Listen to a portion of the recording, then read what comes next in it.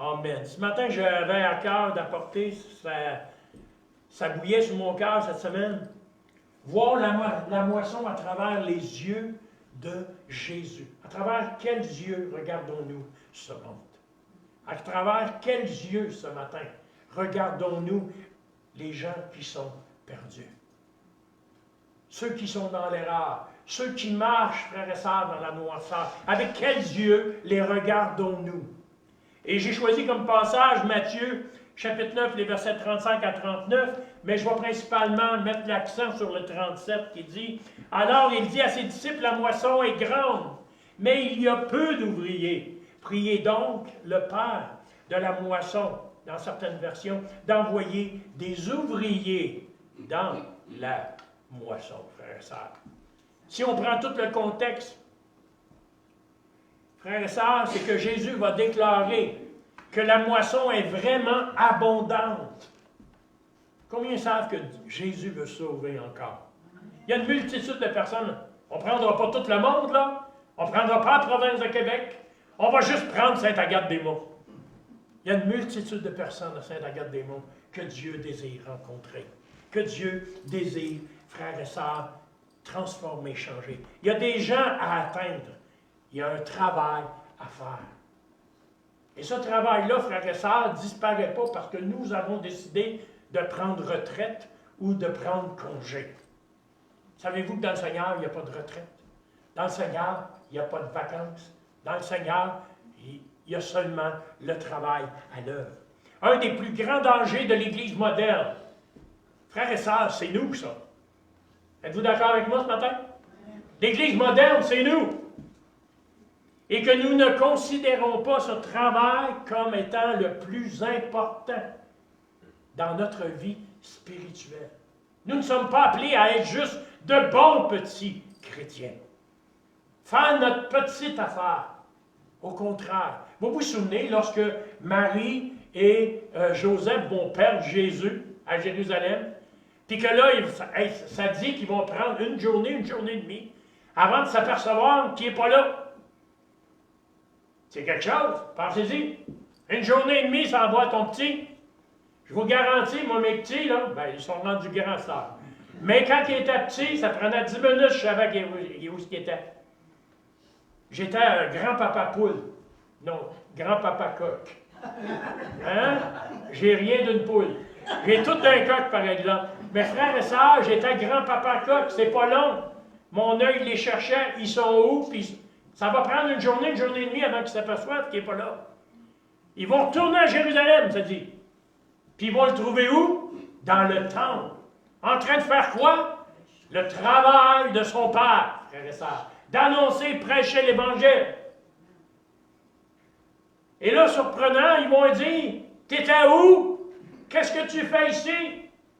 Puis il va dire, ne savez-vous pas que je dois faire le travail de qui? De mon Père. Frères et sœurs, nous sommes appointés comme chrétiens, comme croyants ce matin, à faire l'œuvre de Dieu dans cette ville. Si nous ne la faisons pas, qui va la faire? Si nous ne parlons pas, qui va parler? Si nous n'enseignons pas, qui va enseigner? Nous avons cette responsabilité-là ce matin. Et nous devons considérer que c'est le plus important pour le chrétien aujourd'hui que de partager la vérité du royaume des cieux, l'amour de Christ.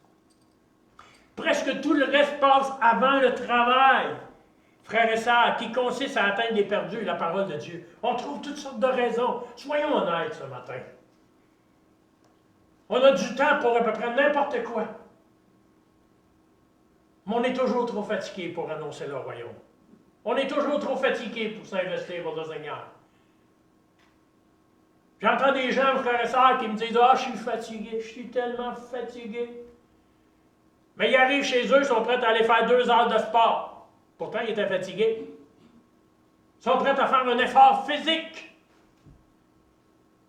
Pourtant, ils étaient fatigués. On devrait avoir la même hardiesse, le même dévouement. Combien savent que la vie dans le Seigneur, ça ravigote? Hein? Je parle pas de 7-up, là.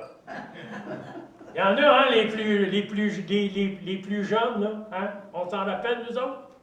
Hein? Avec 7-Up, c'est à la viga. Hein? Vous vous en souvenez? Frères et sœurs, servez Dieu, travaillez pour le Seigneur, ça ravive.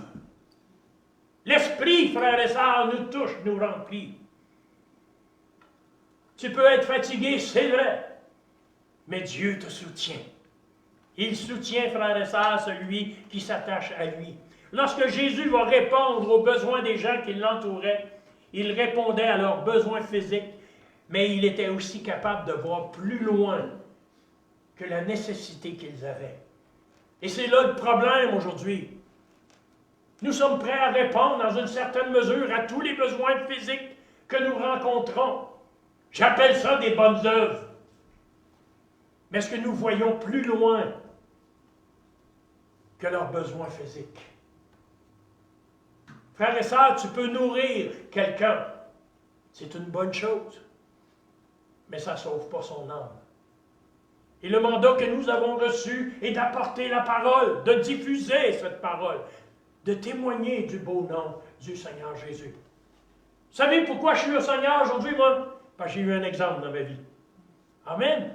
Puis qu'il y a quelqu'un quelque part qui m'a prêché, qui m'a partagé, qui m'a témoigné le beau nom de Jésus. Et qui m'a parlé de son amour. Et un jour, frères et sœurs, malgré la dureté de mon cœur, il y a eu une fissure dedans. Avez-vous remarqué? Peu importe le cœur dur, il y a eu une fissure dans le mien. Et ça dit que la lumière a resplendi. Et l'amour de Dieu a pénétré jusqu'au fond. Et un jour, j'ai donné ma vie au Seigneur. Il m'a touché. Jésus était capable de voir les besoins les plus profonds de leur cœur, de ces gens-là perdus. Sommes-nous capables, par l'Esprit aujourd'hui, de considérer les besoins les plus profonds des gens de cette ville, de Mont-Laurier, pour ceux qui nous écoutent, qui sont en ligne? Dieu peut transformer une ville. Combien croient que Dieu peut faire un miracle dans cette ville?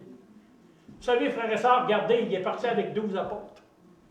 Puis regardez aujourd'hui, le message de l'Évangile est encore. Et il est encore diffusé. Et nous avons besoin de considérer cet aspect-là. Sommes-nous prêts à pleurer pour le salut de cette ville? Sommes-nous prêts à nous y investir?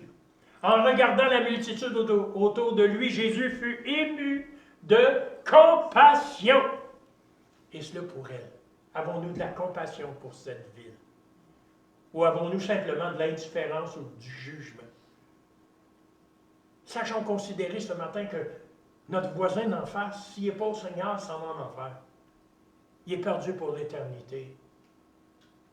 Puis pas juste celui-là parce qu'il est haïssable. L'autre aussi, en bas, frères et sœurs, s'il n'entend pas le message. Je bénis le Seigneur le dimanche matin. Vous savez, des fois, je me dis, ça doit déranger. Le dimanche matin, ça doit déranger quelqu'un. Tu sais, ils nous entendent jouer de la musique, là. Combien savent que quand on joue de la musique, ils nous entendent dehors? Il a décidé de faire un matin le ministère de l'oreiller. Tu sais, de dormir longtemps. Il se fait bercer par nos louanges. Oui, madame, il faut prier pour. Amen. Il faut prier pour eux. Il faut s'attacher. Je me dis que peut-être juste d'entendre ce qu'on chante, frère et sœur, peut les sauver. Amen. Il y a seulement la prière qui peut atteindre le cœur ce matin. Mais si nous ne prions pas pour eux, qui va le faire? Et c'est là toute la différence. Jésus avait cette compassion pour les gens qui n'étaient pas sauvés, qui étaient perdus. Ce mot signifie, frères et sœurs, compassion, être touché au cœur. Ça ne parle pas de cérébral. Ça parle un pied plus bas. Mon vieux pasteur, frère Samson, il disait tout le temps, un homme, on ne calcule pas ça à la largeur et la grosseur de ce qu'il y a en haut des épaules. Ils ont calculé ça un pied plus bas, à la grandeur de son cœur. Frères et sœurs, nous devons avoir une compassion pour ces gens-là. Quand on passe sur la rue, bien souvent je marche, frères et sœurs, Puis je vois des gens, puis je dis, Seigneur, je ne sais pas, je ne connais pas sa vie, mais touche-le. Touche-le, Seigneur. Tu ne sais pas ce qui peut arriver. Tu ne connais pas sa vie. Mais combien savent que le Seigneur, lui, connaît tout. Et c'est tout. Frères et sœurs, nous devons nous attarder encore davantage à ce que Dieu veut faire. Jésus va voir la réalité des besoins des gens qui l'entourent. Sommes-nous de ceux qui voient la réalité des perdus à Sainte-Agathe-des-Monts? Perdus de quoi? Vous savez, moi j'ai eu le privilège de venir au monde dans une famille chrétienne. Fait que depuis mon enfance, j'ai su de quoi j'étais perdu. Mais si vous allez témoigner sur la rue, ben des fois les gens vont vous dire, perdu de quoi? Comment ça je suis perdu? Croyez-moi, c'est une bonne raison, c'est une bonne porte ouverte pour témoigner le beau nom de Jésus. La plupart de ces gens-là, frères et sœurs, s'ignorent.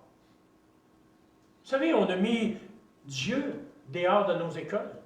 On a mis Dieu dehors de nos institutions. On a mis Dieu dehors d'à peu près toutes nos vies. On a mis Jésus dehors de toutes nos vies. La génération, frères et sœurs, qui arrive au monde, si tu leur demandes qui est Jésus, ils vont dire « Ah, je pense que c'est un personnage célèbre. Il est connu de tout le monde. Mais qui ce que c'est? On ne le sait pas. » Et il appartient à chacun de nous, frères et sœurs, de le faire connaître. Il a vu les gens tels qu'ils étaient. Et il va chercher à partager cette vision-là avec ses disciples. Tournez-vous, regardez une personne, puis dites-y, sais-tu que le monde est perdu? Amen. Comme chrétien, savez-vous que le monde est perdu? Fait qu'il y a deux actions possibles à travers ça ce matin. Soit que nous sommes actifs à l'égard de ça, proactifs, ou nous restons dans l'indifférence la plus totale. Sommes-nous le genre de chrétiens qui se baladent sur notre petit nuage en disant « Oh, moi je suis bien, je suis sauvé, j'ai tout ce qu'il me faut. » La parole nous a déclaré, frères et sœurs, que nous sommes ambassadeurs, que nous sommes représentants du royaume des cieux, que chacun de nous a une image à donner, et cette image est celle de Christ. Parce que la parole nous déclare qu'il vit en nous. Est-ce qu'il vit en vous? Il vit en moi, frères et sœurs. Donc, je suis responsable de l'image que les gens ont de moi. Je ne veux pas qu'ils pensent que Jésus est haïssable. Fait que je vais m'arranger pour être haïssable. Pensez-vous? Je ne veux pas attirer le mépris non plus sur le nom de mon Seigneur, de mon Sauveur. Je fais donc attention à ce que je dis, je fais attention à ce que je fais. Il veut encore partager cette vision, frères et sœurs, ce matin, avec vous et moi. Ce matin, Jésus désire nous faire comprendre que sans lui, ce monde est perdu. Et que nous avons une responsabilité. Ça veut-tu dire que tout le monde va venir à l'Église? Malheureusement, non. Savez-vous, ça dit que beaucoup sont appelés, mais peu sont élus. Ça dit aussi, frères et sœurs, que le désir de Dieu est que tout homme soit sauvé. Le désir de Dieu, c'est que chacun de sa création, frères et sœurs, chaque personne soit sauvée. Mais nous avons ce que l'on appelle notre libre choix. Nous décidons pour nous-mêmes. Nous décidons d'accepter le Seigneur Jésus, son amour, son sacrifice, ou nous décidons d'y renoncer. Mais il appartient à chacun de nous ce matin de prendre une décision. Nous pouvons décider de suivre le Seigneur, de marcher, ou nous pouvons simplement jouer à l'Église. On peut simplement choisir d'être religieux. Faire les choses pour faire les choses. Combien veulent voir le Seigneur agir d'une façon nouvelle, merveilleuse à chaque jour dans leur vie? Je connais des chrétiens, frères et sœurs, ça fait 30 ans, 40 ans, 50 ans qu'ils vivent la même affaire. Ils se lèvent le matin, puis ils vivent la même affaire. Frères et sœurs, moi, ma prière, c'est que le Seigneur puisse dire, regarde, voici le jour que j'ai créé pour toi ce matin. Et ce jour-là est rempli de bénédictions. Ce jour-là est rempli, frères et sœurs, de direction. Il conduit nos pas. Est-ce qu'il conduit les vôtres? C'est la question qu'il faut se poser. Il veut que nous voyions la détresse de l'humanité comme lui la voit. Il veut que nous voyions les gens tels qu'ils sont. Dans leur apparence de bonheur, de recherche, frères et sœurs, ils sont malheureux et perdus. Ils sont malheureux. Tu peux avoir tout le compte de banque que tu veux. Tout l'argent que tu veux. Je connais des gens, frères et sœurs, qui sont millionnaires, puis qui ont des problèmes à tous les jours. L'argent, frères et sœurs, ça n'emmène pas le bonheur. Ça ne donne pas le bonheur. Puis en plus, c'est faux de dire que ça l'aide. Parce que ça te crée d'autres soucis. Je connais des gens, frères et sœurs, qui n'ont rien, mais qui ont tout en Jésus. Qui voient le Seigneur pour voir à leurs besoins à chaque jour. Amen. Je vais dire ça juste entre parenthèses comme ça ce matin. J'en ai pas beaucoup. Mais ce que j'ai, c'est mon Père qui me l'a donné. Et ça, je peux le reconnaître. Ça, je peux le voir. Et il pourvoit mes besoins à tous les jours, selon sa richesse et sa grâce. Amen. Amen. Que tous ceux qui sont bénis disent Amen. Amen. Il prend soin de nous. Il veut que nous soyons touchés au cœur comme lui-même l'a été. Vous savez, intercéder pour la ville, parfois c'est pleurer pour elle aussi. Ça dit que Jésus va pleurer sur Jérusalem. Nous avons cette responsabilité. Ça me fait toujours drôle de voir des gens qui m'arrivent avec des visions longues de même pour la province de Québec, pour le Canada, pour les États-Unis, pour l'Amérique, pour ci, pour ça, puis ils ne sont pas capables d'avoir une simple vision pour la rue dans laquelle ils restent. Commence à être un témoignage dans ta rue. Que les gens puissent savoir que tu appartiens au Seigneur Jésus. Commence à aimer ta rue. Puis tu vas voir la différence. Commence en bas de l'échelle. Je m'en allais dire. Il veut que nous soyons capables de voir la moisson à travers ses yeux. Il y a un peuple nombreux dans cette ville. Il y a un peuple nombreux à Mont-Laurier. Et Jésus veut que nous voyions à travers ses yeux à lui. C'est pour ça que ça nous dit qu'il va passer dans un champ. Puis qu'il va regarder, puis qu'il va dire à ses disciples, regardez le champ. Il est prêt à être récolté. La moisson est blanche. Mais il y a peu d'ouvriers. Êtes-vous un ouvrier ce matin pour le Seigneur? C'est là toute la question. C'est là toute la question qu'on doit se poser. Sommes-nous des ouvriers? Des ouvriers, vous savez, pouvaient être en repos, assis à la galerie, les deux pieds à terre, puis regarder pousser le foin. Tu essaieras de manger le foin à l'automne. Tu vas voir que c'est pas mangeable. Mais un ouvrier, ça se lève de bonne heure le matin. Ça travaille tout le long de la journée, même malgré la pluie, malgré la fraîcheur, malgré le soleil, frères et sœurs, malgré les situations, les circonstances, malgré les épreuves, nous sommes appelés à travailler pour le royaume des cieux et à être un témoignage. C'est cette pensée, frères et sœurs, que je veux amplifier dans votre esprit ce matin. Ce désir de voir les gens de Saint-Agathe sauvés. Je veux prêcher quelques minutes sur cette pensée, voir la moisson à travers les yeux du Seigneur Jésus, pas à travers la mienne, pas à travers la vôtre, pas à travers notre vision personnelle. Parce que bien des fois, quand on regarde la vision personnelle, frères et sœurs, on se dit le travail est impossible. Mais tout est possible à celui qui croit en qui? En Jésus ce matin. Amen. Ma foi ne repose pas sur moi, elle repose sur lui. Et il y a des promesses, frères et sœurs, qui nous disent que si nous avançons, nous verrons la récolte. Nous verrons cette moisson. Que le Seigneur puisse nous aider à voir les gens perdus autour de nous comme lui les voit. Cessons de regarder nos familles, bien des fois, frères et sœurs, comme ceux qui nous pointent du doigt. Mais voyons l'état de leur âme ce matin, perdus, sans Christ. savez, moi, ce qui m'a amené au Seigneur, c'est l'amour. L'amour d'une grand-mère. Vous le savez tous, vous savez comment je suis venu. Si on avait essayé de me prendre de front, ça n'aurait pas marché. J'étais assez boqué. Boqué, ça se dit-tu ici? Ah ouais. Boqué, boqueux, tête dure, ouais, ça c'est ma femme, ça, hein? Tête dure. Amen, gloire à Dieu. Vous savez ce qu'il y a de bon dans le mariage?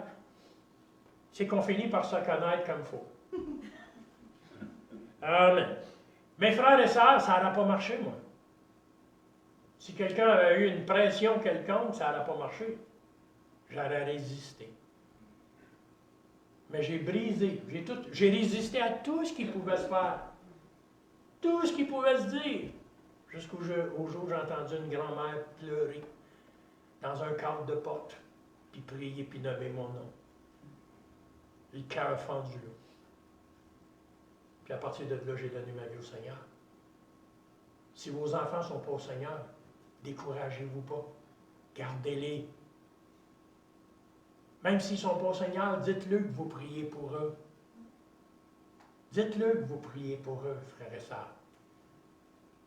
Combien de fois ma grand-mère a dit, je prie pour toi, là. Puis j'ai dit, tais-toi! Dis-moi pas ça! Dis-moi pas ça, frères et sœurs. Mais elle disait, je prie pour toi pareil. Amen. Qu'on puisse apprendre à prier pour ces gens-là. Il y a une annonce à la TV qui passe, là. Hey, vous, le gars, il achète une voiture, puis il y a un cœur. Quand tu ouvres le capot, il y a un cœur. Puis là, c'est pour avoir des bons sentiments. Puis l'empathie à l'égard des autres, frères et sœurs. Puis ça dit que c'est pas... c'est humain, l'empathie, frères et sœurs. Prions, puis demandons au Seigneur de nous donner de l'empathie pour les autres. De comprendre. Si tu n'es pas capable de mettre ses souliers, juge pas. Juge pas. Tu feras peut-être pire dans cette situation. Vous savez, souvent, on a tendance à avoir de pointer les gens au lieu de surveiller de la compassion. Seigneur, tu comprends son besoin. Seigneur, tu vois où il est. Tu vois, Seigneur, qu'il est perdu. Vous vous souvenez du fils prodigue? Grande leçon, ça. Je suis en train de préparer une prédication sur la réaction du fils qui est resté. Je vais vous dire une affaire. Ne soyons pas comme lui. Mais au contraire, réjouissons-nous lorsque nous voyons quelqu'un qui est perdu venir au Seigneur. Amen. Êtes-vous là? Amen. Verset 36, ça nous parle, frères et sœurs, qu'il eut pitié pour la moisson, ou pour les gens qui étaient perdus. Lorsque Jésus a regardé les personnes perdues qui l'entouraient, il les a vues, frères et sœurs, telle qu'elle était réellement. Arrêtons de nous abuser. Pourquoi demander à quelqu'un qui ne connaît pas Dieu, qui ne connaît pas le Seigneur, qui est dans un monde, qui ne veut rien savoir de Dieu, pourquoi lui demander de réagir comme vous et comme moi, qui connaissons le Seigneur? Des fois, là, on témoigne à des gens, on leur parle au Seigneur, ils sont touchés, ils viennent au Seigneur, puis on s'attend à ce qu'ils soient sauvés plus que nous autres. Puis qu'ils réagissent plus que nous autres à l'Évangile.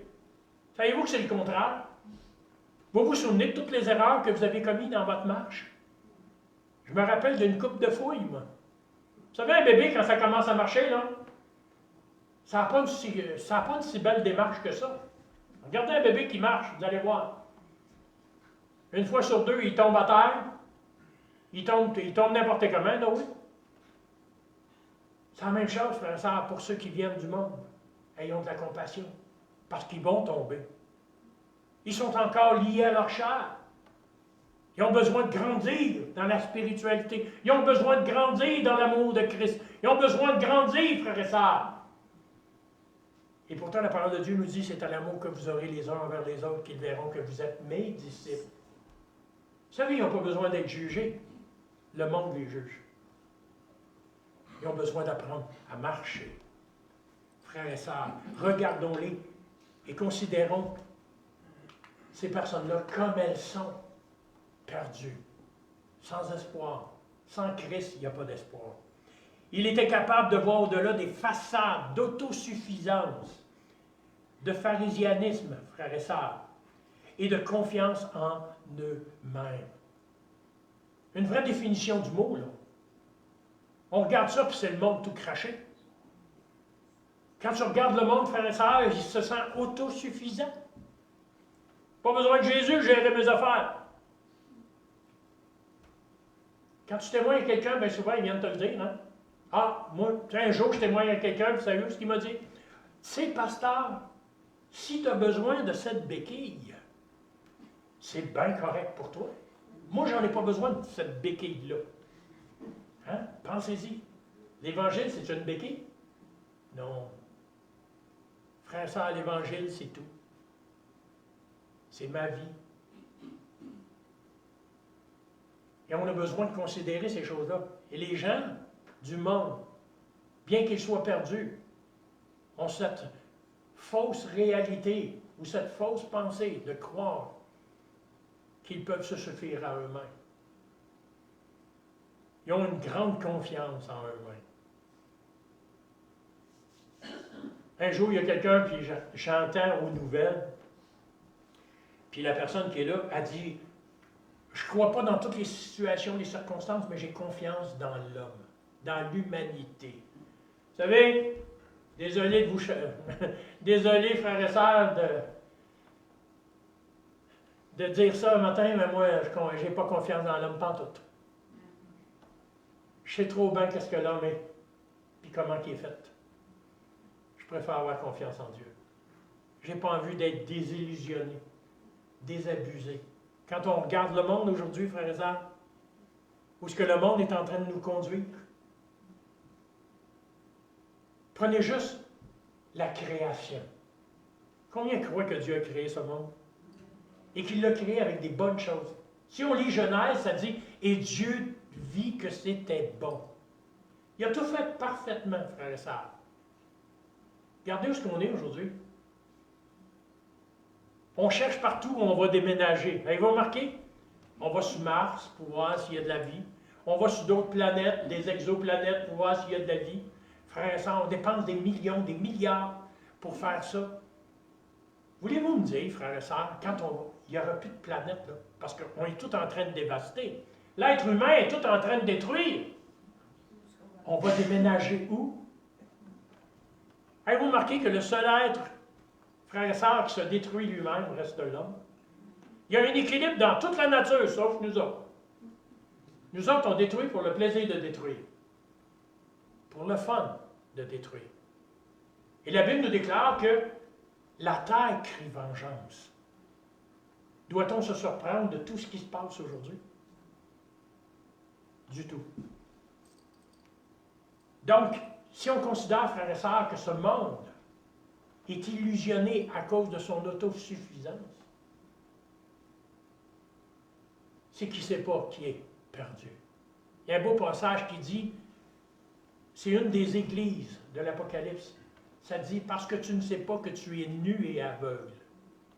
Frères et sœurs, bien des fois, si tu parles de cette condition-là aux gens du monde, ils ne savent même pas qu'ils sont perdus, tellement qu'ils sont désillusionnés. Jésus va voir la douleur. Ça, c'est la réalité du monde aujourd'hui. La douleur, la solitude, la misère qu'ils ressentent dans leur cœur. Ils peuvent avoir l'air fanfarons devant toi. Frères et sœurs, je suis sûr de mon coup, moi.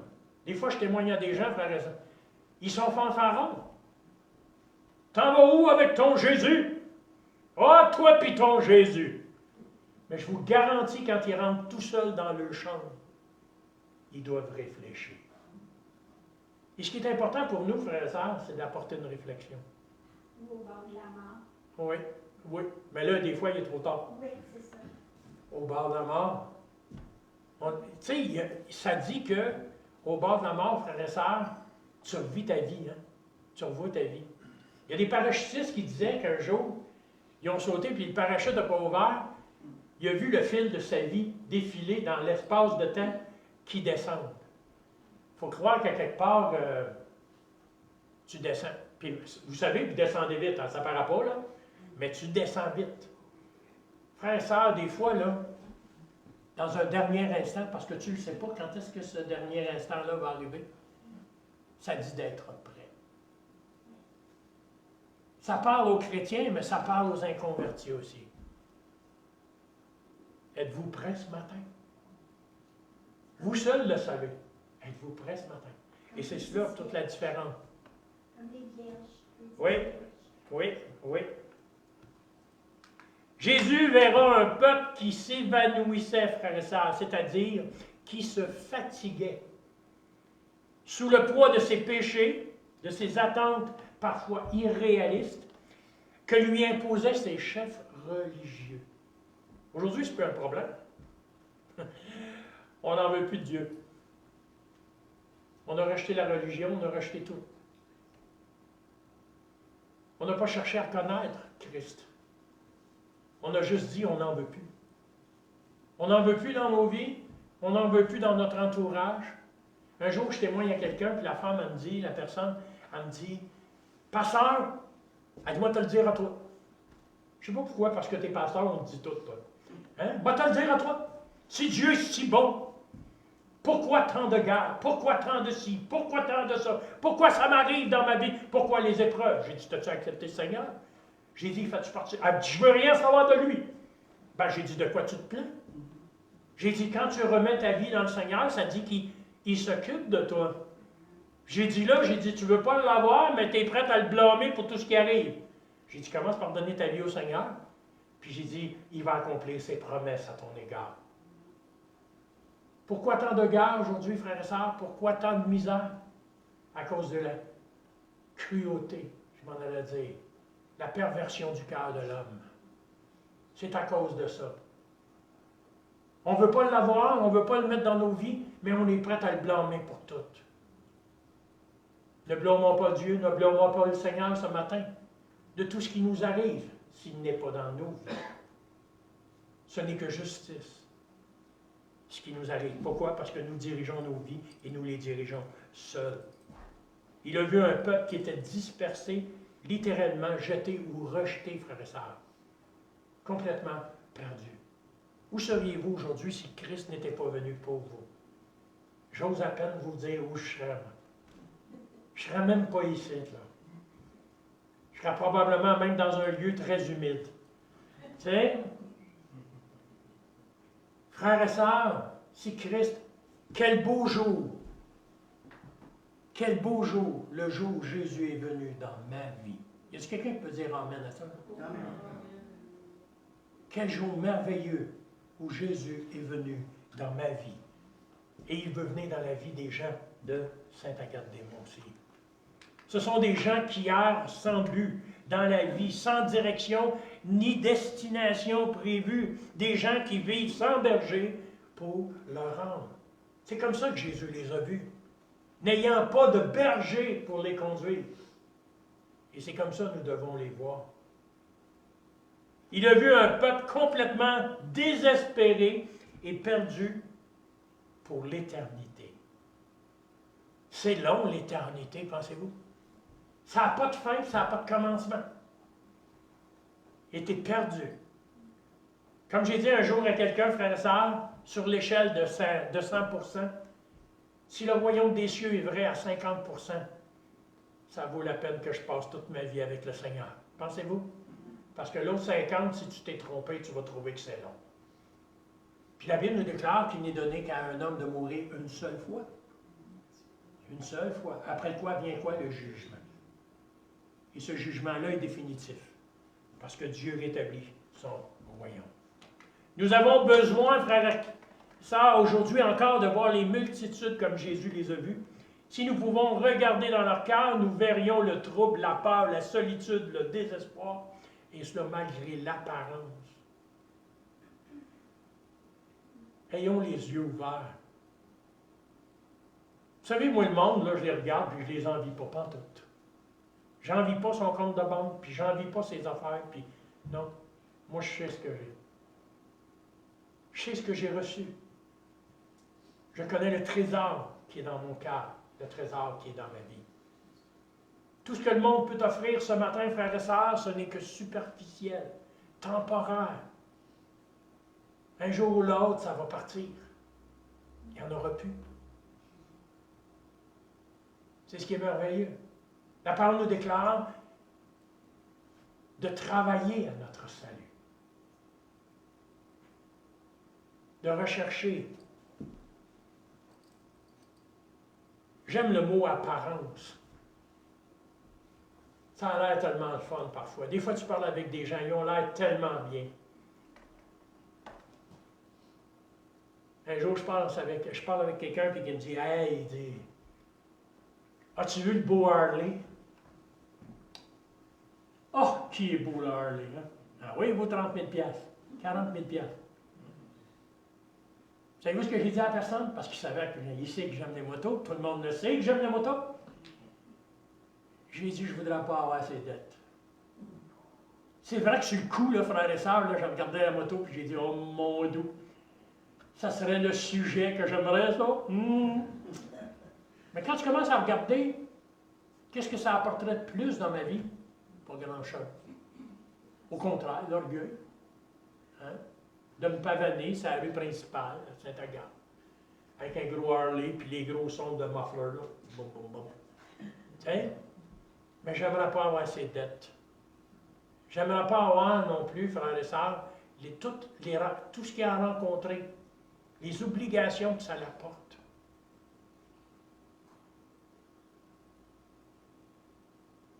Il y a des conséquences à tout ça.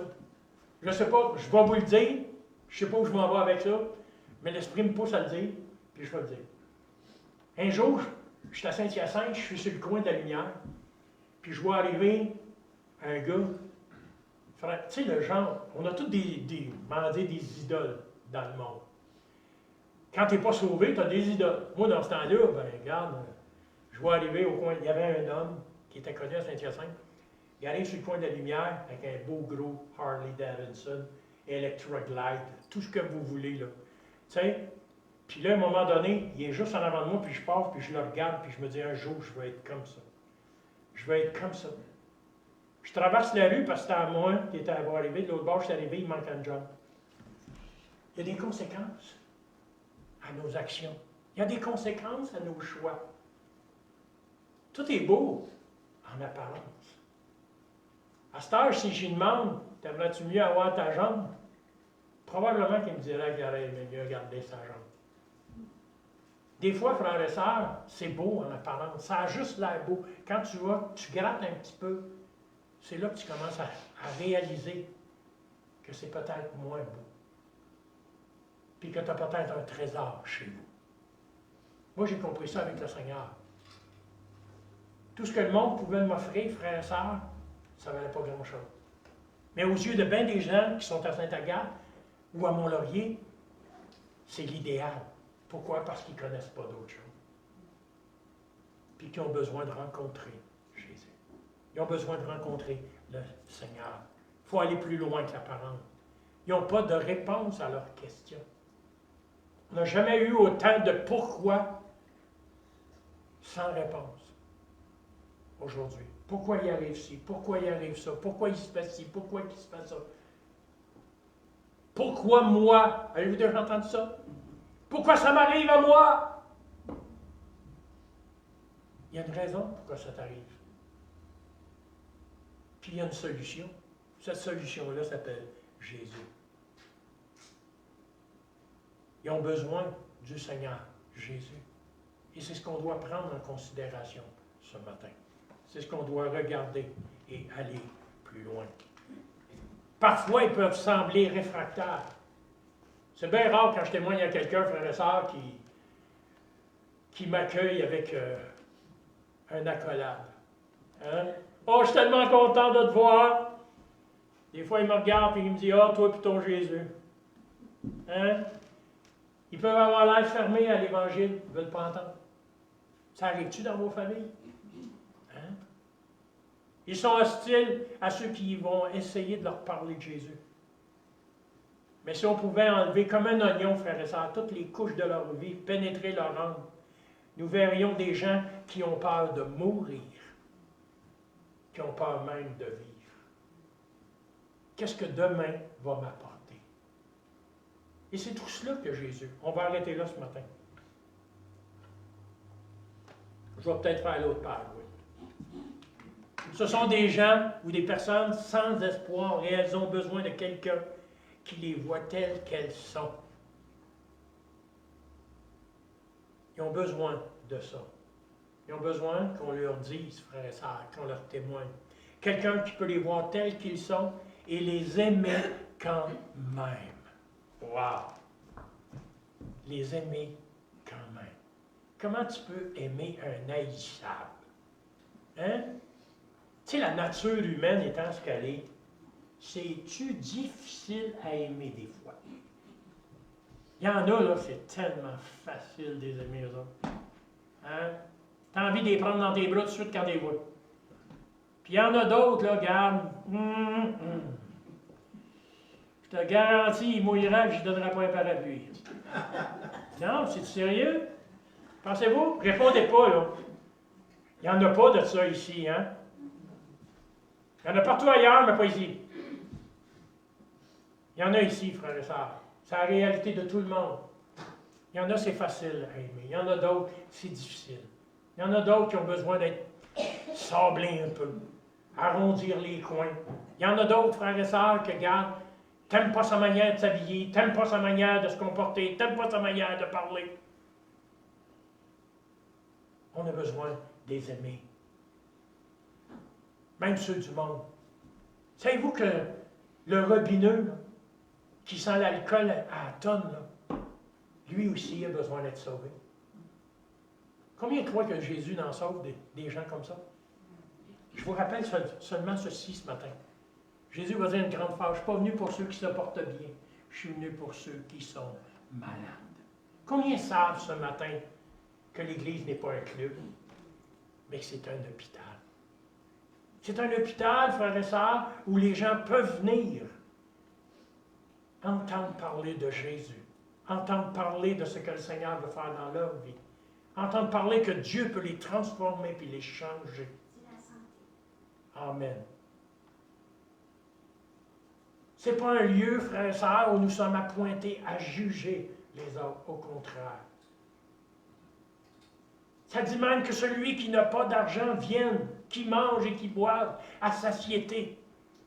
C'est gratuit. Manger, boire de la parole de Dieu. Être renouvelé, restauré dans ton âme, restauré dans ton cœur. Des fois, je parle avec des gens, frères et sœurs, puis qui me disent si je pouvais seulement recommencer. Si je pouvais recommencer ma vie, il y a des choses que je ne ferais pas pareil. J'ai une nouvelle pour toi. La parole nous déclare que si tu acceptes le Seigneur Jésus aujourd'hui, toute chose a été pardonnée. Toute chose est devenue nouvelle. Tu peux recommencer ta vie dans le Seigneur. Ah, peut-être que les hommes te pardonneront moins, là. Vous savez, les hommes, ça se rappelle beaucoup, hein? Je me souviens. Mais je m'appuie davantage sur ce que Dieu a déclaré. Il dit, tout ce que tu étais, tout ce que tu as, je t'ai tout pardonné. J'ai tout pris ça, puis je l'ai envoyé dans l'océan de mon amour. Puis il dit, je ne m'en rappelle plus. Wow! Je ne m'en rappelle plus. Encore plus forte raison pour chacun de nous de ne pas se souvenir. C'est déjà difficile de pardonner à quelqu'un. Êtes-vous d'accord avec moi? C'est encore plus difficile de se pardonner soi-même. Je connais des gens qui sont dans le Seigneur, frères et sœurs, puis qui n'arrivent pas à trouver le pardon pour eux-mêmes. Certainement, Dieu ne peut pas me pardonner. Oh, j'étais tellement. Il n'y a rien que Dieu ne peut pas pardonner. Et l'amour de Christ nous envahit, nous enveloppe, frères et sœurs. Quelqu'un qui peut les voir tels qu'ils sont, les aimer quand même. C'est une personne qui peut les atteindre pour Jésus. Si tu aimes, ça ne veut pas dire aimer, ne veut pas dire approuver. J'aime le pécheur, j'aime pas son péché. J'aime le pécheur, j'accepte pas le péché. Mais c'est par l'amour, frère et sœur, qu'on va gagner ce monde. Et par rien d'autre. Et je crois qu'on a besoin de l'expression de l'amour. Et cet amour-là nous amène à marcher en règle avec ce que Dieu. On va voir la suite la semaine prochaine. Amen. Que Dieu puisse vous bénir ce matin. Je vous aime avec l'amour du Seigneur Jésus. Soyez remplis. Que le Saint-Esprit puisse vous toucher. Vous se déborder sur chacun de vous. Puis déborder sur quelqu'un cette semaine. Prenez le pire. Celui qui est dans ta rue qui est le plus haïssable. Va le voir et dis-y que tu l'aimes. Va lui dire que tu l'aimes. Avec l'amour du Seigneur Jésus. Regardez bien, là. Ça va être dur la première journée. La deuxième, peut-être, ça va être moins dur.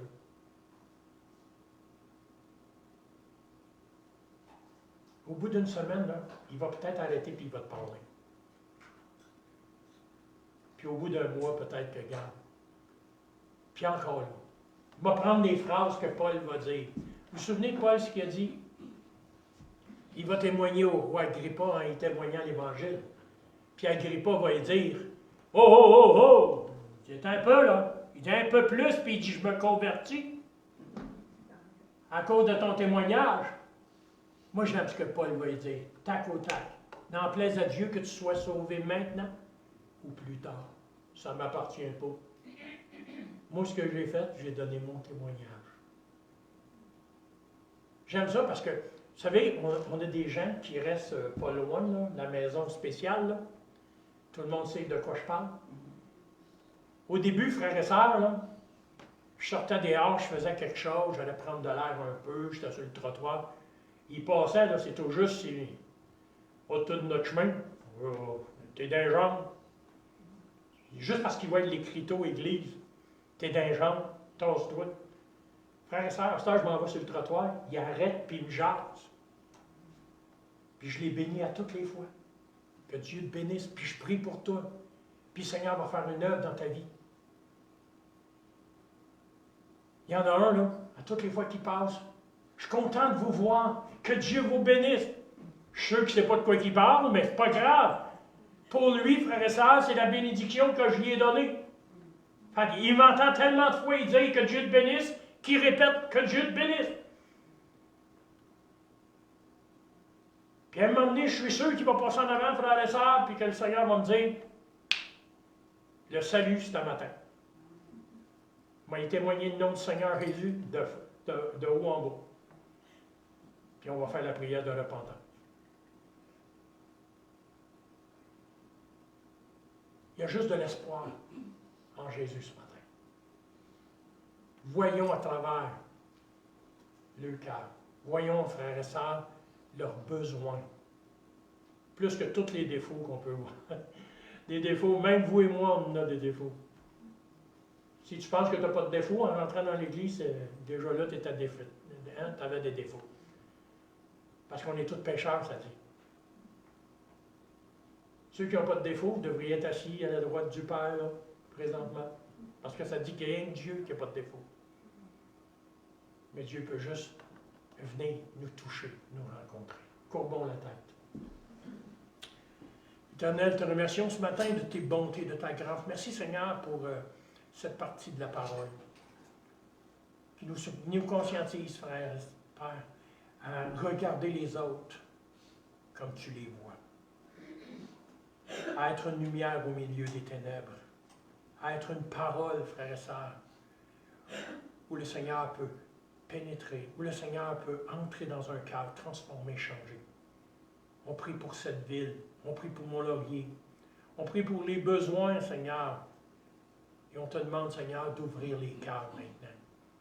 Qu'on puisse être des outils entre tes mains, des outils fiables, des outils qui travaillent à l'œuvre.